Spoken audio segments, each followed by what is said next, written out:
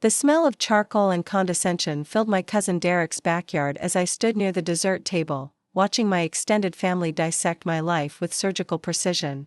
The annual Morrison family barbecue had become a tradition I dreaded. But family obligations die hard, especially when your mother still guilt-trips you about missing gatherings. Sarah's still unemployed, right? My Aunt Linda's voice carried across the patio with the subtlety of a foghorn. She was talking to my cousin Marcus, both of them casting glances in my direction while pretending to discuss the potato salad that I adjusted my thrift store cardigan, the same one I'd worn to every family gathering for the past 3 years. Part of a carefully maintained image that had served me well, even if it meant enduring their pity and judgment. 3 years now, Marcus replied, shaking his head with mock sympathy. Mom keeps asking when she's going to get a real job. It's embarrassing, honestly. The irony was delicious. Marcus worked in middle management at a small accounting firm, pulling in maybe $65,000 a year while living paycheck to paycheck. If only he knew that his embarrassing cousin had just orchestrated the sale of her tech startup for $50 million, with the papers signed yesterday morning. Hey, Sarah. Derek called out from behind the grill, his voice dripping with false cheer. Come over here. We were just talking about job opportunities. I forced a grateful smile and shuffled over, playing my role perfectly. Derek had always been the family's golden boy, successful real estate agent, big house in the suburbs, BMW in the driveway. He loved having someone to look down on, and I'd been happy to provide that service. Actually, Derek continued, flipping a burger with unnecessary flourish, my buddy's landscaping company is hiring. It's physical work, but hey, money's money, right? The gathered family members chuckled. Uncle Bob nodded approvingly while sipping his beer. Honest work never hurt anyone, Sarah. Maybe it's time to lower those expectations a bit. Lower my expectations. If only they knew I'd spent the morning in a video conference with Silicon Valley investors, discussing my next venture while they were probably deciding which polo shirt to wear to make fun of their broke relative. That's really thoughtful of you, Derek, I managed, adding just the right amount of desperate gratitude to my voice. I'll definitely think about it. My phone buzzed in my pocket. The caller ID showed Mitchell & Associates, my accounting firm. Perfect timing. Excuse me, I said quietly, I should take this. Might be about a job interview. I walked to the far corner of the yard, near the garden shed where the conversation would be private but still visible to my audience. My accountant David Mitchell's voice was practically vibrating with excitement. Sarah, the wire transfer just completed. $50 million, minus fees and taxes. The money is in your accounts as of 30 minutes ago. Congratulations, you're officially set for life. I kept my voice low and added a disappointed tone for effect. Oh no, really? Are you sure there's nothing you can do? David paused, confused. Sarah? Everything's gone perfectly. This is good news. Great news. I understand, I continued, watching Derek steal glances at me while pretending to focus on his grilling. Well, thank you for letting me know. I guess I'll have to keep looking. I hung up and walked back to the group, shoulders slumped in practiced defeat. The performance was crucial, one last time playing the family failure before my grand revelation. Bad news? Aunt Linda asked, though her tone suggested she was hoping for exactly that. The interview I thought I had next week got cancelled. I lied smoothly. Company decided to promote from within instead. The symphony of sympathetic noises that followed was worthy of a small orchestra. Head shakes, tongue clicks, and the kind of patronizing there sounds usually reserved for consoling children. You know what your problem is, Sarah? Uncle Bob had clearly been building up to this speech. You're too picky. In today's economy, you can't afford to turn down opportunities. Sometimes you have to take what you can get. Take what I can get. The man who'd worked the same dead-end job for 20 years was giving me career advice while I sat on enough money to buy his house 3 times over. Bob's right, Derek chimed in, warming to the topic. Maybe it's time to consider that your standards might be the problem. Not everyone can be CEO material. CEO material. I'd been CEO of my own company for 4 years, growing it from a 2-person startup in my garage to a multi-million-dollar acquisition target. But sure, Derek, Tell me more about leadership while you sell tract houses in suburban developments. My cousin Melissa, Derek's wife, decided to join the pile-on. I saw this article about people in their 30s who still haven't figured out their careers. It said the common thread was unrealistic expectations and failure to adapt to market realities. Unrealistic expectations. Like expecting family to show basic respect and support instead of using your struggles as entertainment? Maybe, I said quietly, you're all right. Maybe I have been aiming too high. The nods of agreement were immediate and vigorous. Finally, the family failure was seeing sense. It's never too late to start over, Aunt Linda added with the wisdom of someone who'd married into her comfortable lifestyle. Look at your cousin Jenny. She started as a receptionist and worked her way up to office manager. Steady employment, good benefits. Jenny beamed proudly from her lawn chair. Office manager at a small law firm. Solid work, certainly, but hardly the empire building they seemed to think it represented. The important thing, Derek continued, his voice taking on the tone of an intervention, is stability. Stop chasing these pipe dreams about startups and tech companies. That stuff only works for people with connections and family money. Connections and family money. I'd built my company with a $10,000 personal loan and 3 years of 18-hour days, learning to code while working nights at a coffee shop. But Derek's version of my story was much more convenient for his worldview. Speaking of family money, Marcus added with a smirk, remember when Sarah used to talk about disrupting industries and scaling solutions? All that tech buzzword nonsense. The laughter that followed was mean-spirited and familiar. They'd been mocking my ambitions for years, treating my entrepreneurial dreams like a child's fantasy about becoming an astronaut. Those were good times. Uncle Bob chuckled. Remember the business plan she showed us? What was it, some kind of app thing? Data analytics platform for small businesses, I corrected quietly, knowing it would fuel more mockery. Right, Derek nodded sagely. Because what small businesses really need is more data, not more customers. If only he knew that my app thing had just been acquired by Microsoft for its revolutionary approach to predictive analytics. That major corporations were now using my algorithms to optimize their operations. That the business plan they'd laughed at had just made me richer than all of them combined would ever be. The thing is, Melissa added, her voice taking on a lecturing tone, success in the real world isn't about having big ideas. It's about execution, consistency, and knowing your limitations. Knowing my limitations. I'd just proven that my only limitation was my family's lack of imagination. My phone buzzed again. This time it was my lawyer, calling about the non-compete clauses and consulting agreements that would keep me busy and wealthy for the next decade. I declined the call, staying in character. Popular today, Derek observed. Let me guess, another rejection? Something like that, I murmured. The afternoon continued in the same vein. Each family member took their turn offering advice, sharing their wisdom about the real world, and generally treating me like a cautionary tale. They discussed my failures with the enthusiasm of sports commentators, each adding their own analysis of where I'd gone wrong. Through it all, I maintained my facade of grateful humility, nodding along with their assessments and accepting their suggestions with apparent sincerity. The performance was almost meditative. Years of practice had made it second nature. As the sun began to set and the gathering moved toward its traditional conclusion, Derek called for everyone's attention. This was new. Before everyone heads home, he announced, raising his beer bottle, I wanted to share some family news. Melissa and I just put an offer on a new house. $2 million listing in Westfield Estates. The congratulations were immediate and effusive.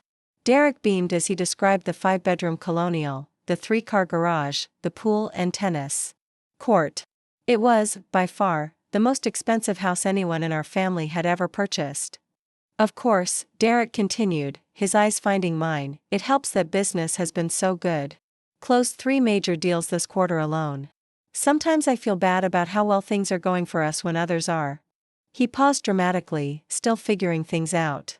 The pointed look he gave me was unmistakable.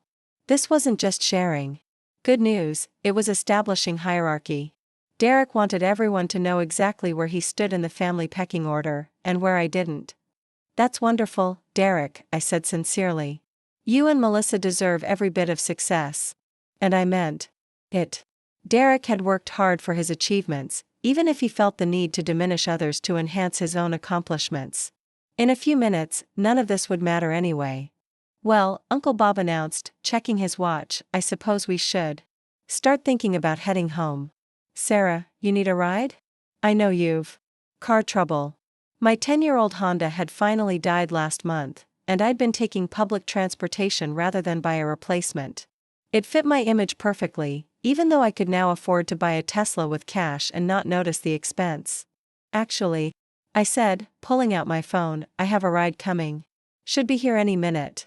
As if on cue, a sleek black Mercedes S-Class pulled into Derek's driveway. The family turned to look, probably expecting to see me climb into an Uber with a driver who barely spoke English. Instead, David Mitchell stepped out of the passenger seat, followed by my business partner and co-founder, Alex Chen. Alex had flown in from San Francisco specifically for this moment. Behind them came my lawyer, Janet Rodriguez, her briefcase suggesting official business. Sarah, David called out, his voice carrying clearly across the yard, sorry we're running late. The wire transfer took longer than expected, but I have excellent news about the acquisition. The sudden silence in Derek's backyard was deafening. Every conversation stopped mid-sentence as my family tried to process what they were hearing. Acquisition? Derek's voice cracked slightly on the word. I straightened up, feeling the familiar weight of confidence settle over me as I dropped the submissive posture I'd maintained all afternoon. The transformation was immediate and startling, like watching a butterfly emerge from its chrysalis. David, I said, my voice carrying a new authority that made several family members step back unconsciously, I hope everything went smoothly with Microsoft's legal team. Flawlessly, David replied, opening his briefcase and pulling out a thick folder. The final purchase price came to $52 million after the performance bonuses were calculated. Congratulations, Sarah. You've just become one of the youngest tech entrepreneurs to exit with a 9-figure valuation potential. The color drained from Derek's face.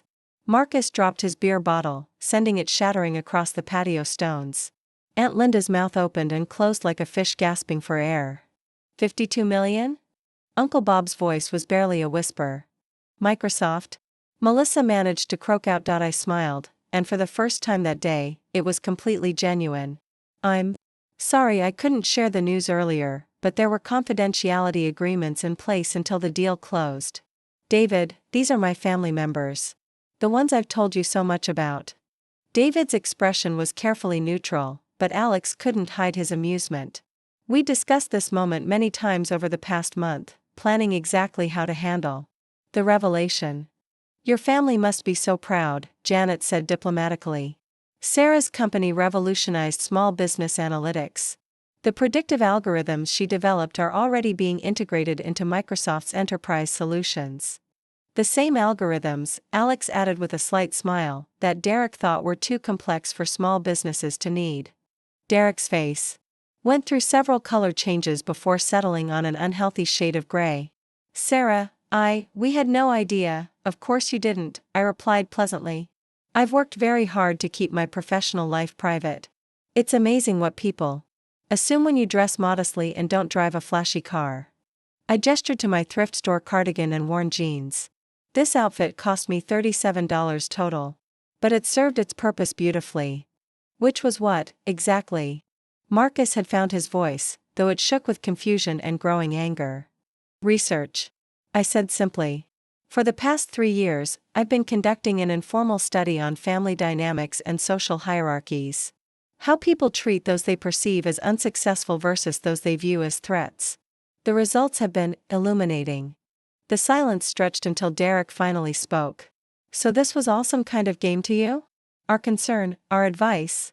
Your concern? I laughed, and the sound was sharp enough to make several people flinch. Derek, you offered me landscaping work 20 minutes ago. Marcus, you've spent 3 years telling people it's embarrassing to be related to me. Uncle Bob, you literally just lectured me about lowering my expectations. I pulled out my phone and opened a voice recording app. Would you like to hear what you said about me last Christmas? I've been documenting everything. You recorded us? Aunt Linda's voice rose to a screech. Only in public spaces where there's no expectation of privacy, Janet interjected smoothly. Perfectly legal, I assure you. The data has been fascinating, I continued.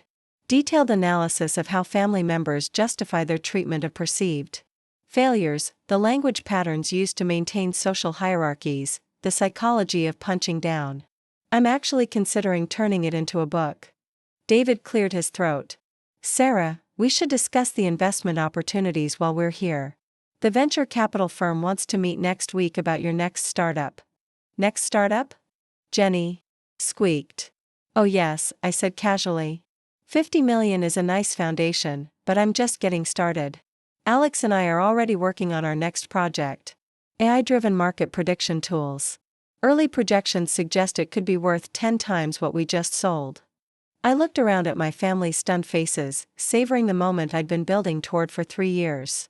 Derek, I said pleasantly, congratulations again on your new house. 2 million is quite an achievement. Of course, I just paid more than that in capital gains taxes today, but success is relative, isn't it? Derek's mouth moved soundlessly.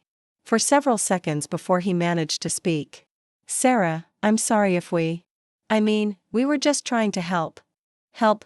I tilted my head thoughtfully. Is that what you call it when you mock someone's dreams for years? When you treat family gatherings like opportunities to feel superior? When you laugh at business plans you're too limited to understand? We didn't know, Melissa protested weakly. Exactly, I agreed. You didn't know, so you assumed. You saw someone driving an old car and wearing cheap clothes, and you decided that made them a failure. You never considered that success might look different than your narrow definition. I turned to face the entire group, my voice carrying clearly across the silent patio. For 3 years, you've treated me like a cautionary tale. The family member who couldn't get her act together. The one who needed your pity and condescension. Every gathering was an opportunity for you to feel better about yourselves by looking down on me. Uncle Bob started to interrupt, but I held up a hand. I'm not finished. You see, I learned something important about family during this little experiment. Real family supports each other's dreams, even when they don't understand them. Real family offers encouragement, not mockery. Real family celebrates each other's successes instead of using each other's failures as entertainment. I paused, letting that sink in. What I discovered is that you're not really my family at all. You're just people who happen to share some DNA and gather annually to reinforce your own insecurities by diminishing others. The silence was broken only by the sound of ice melting in abandoned drinks and the distant hum of Derek's expensive outdoor speakers. David, I said, turning to my accountant, please remind me to update my emergency contact information. I don't think I'll be needing these people anymore. Sarah, wait, Derek called out as I started walking toward the Mercedes. You can't just. We're family. I stopped and turned back one final time. No, Derek. You're relatives. Family is the people who believe in you even when you're wearing a $37 outfit and driving a 10-year-old Honda. Family is the people who ask how they can help instead of telling you to lower your expectations. I gestured toward Alex and my professional team. These people flew across the country to celebrate with me today. They believed in my vision when it was just an idea on a napkin. They worked 18-hour days to make it reality. They're my family now. As I reached the car, I turned back one last time. Oh, and Derek? That landscaping job your buddy has available? You might want to consider it yourself. Real estate markets can be unpredictable, and you're going to need the money when your mortgage payments start coming due. I slid into the Mercedes, leaving them standing in the wreckage of their assumptions. As we pulled away, I could see them. In the side mirror, still frozen in shock on Derek's patio. How do you feel? Alex asked as we drove toward the city. I considered the question carefully. For 3 years, I'd endured their mockery and condescension, building toward this moment. The satisfaction was immense, but it was tempered by something else, sadness at what could have been. Relieved, I finally answered. And free. My phone buzzed with a text from my mother, who hadn't attended the barbecue due to a prior commitment. How was the family gathering?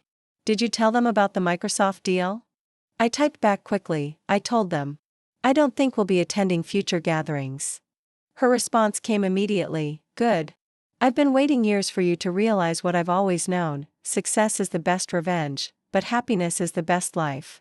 As the Mercedes merged onto the highway, carrying me away from that chapter of my life and toward whatever came next. I smiled. Behind me, Derek's suburban palace was disappearing into the distance, along with the people who'd once made me feel small. Ahead lay infinite possibilities, unlimited potential, and a future built on the foundation of believing in yourself even when no one else will. After all, the best revenge isn't just proving them wrong. It's building something so much better than their narrow vision.